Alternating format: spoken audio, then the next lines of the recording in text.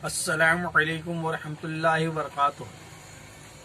यूनानी शिफा खाने में आपका एक बार फिर स्वागत है। आज हम आपको एक और नई जानकारी दे रहे हैं।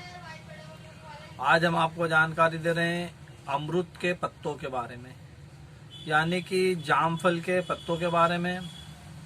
वैसे तो जामफल के भी बहुत ज़्यादा फ़वाइद और उसके कुछ नुकसान भी है।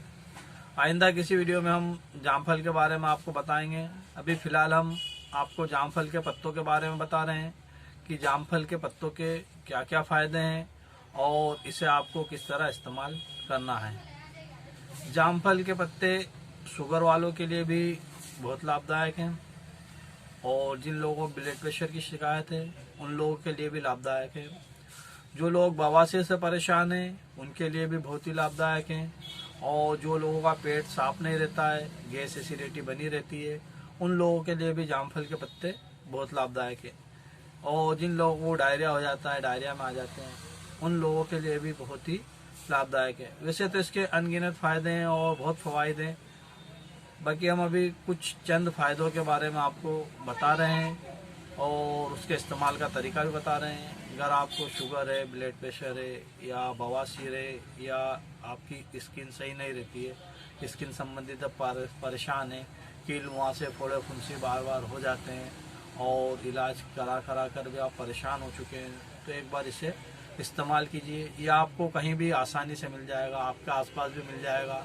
ये देखिए, आपको दिखाई दे रहा है स्क्रीन पर भी, ये जामफल है, जामफल के पत्ते आपको दिखाई दे रहे हैं। आपको इसे कैसे इस्तेमाल करना है और कितनी मात्रा में इस्तेमाल करना है, हम इसे आपको बता देते हैं।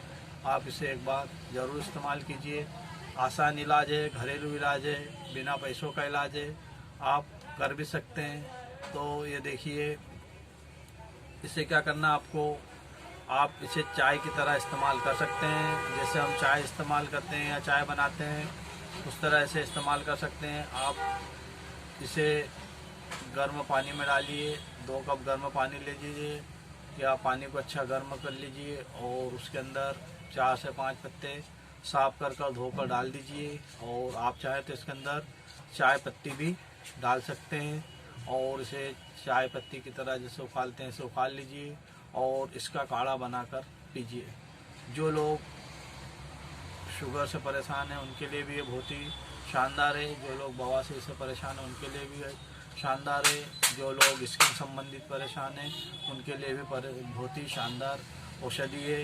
और जिन लोगों को शुगर नहीं है वो लोग इसमें शहद या थोड़ा सा गुड़ भी डालकर इस्तेमाल कर सकते हैं। वीडियो पसंद आए तो लाइक और शेयर ज़रूर कीजिए और हमें भी दुआओं में याद रखिए।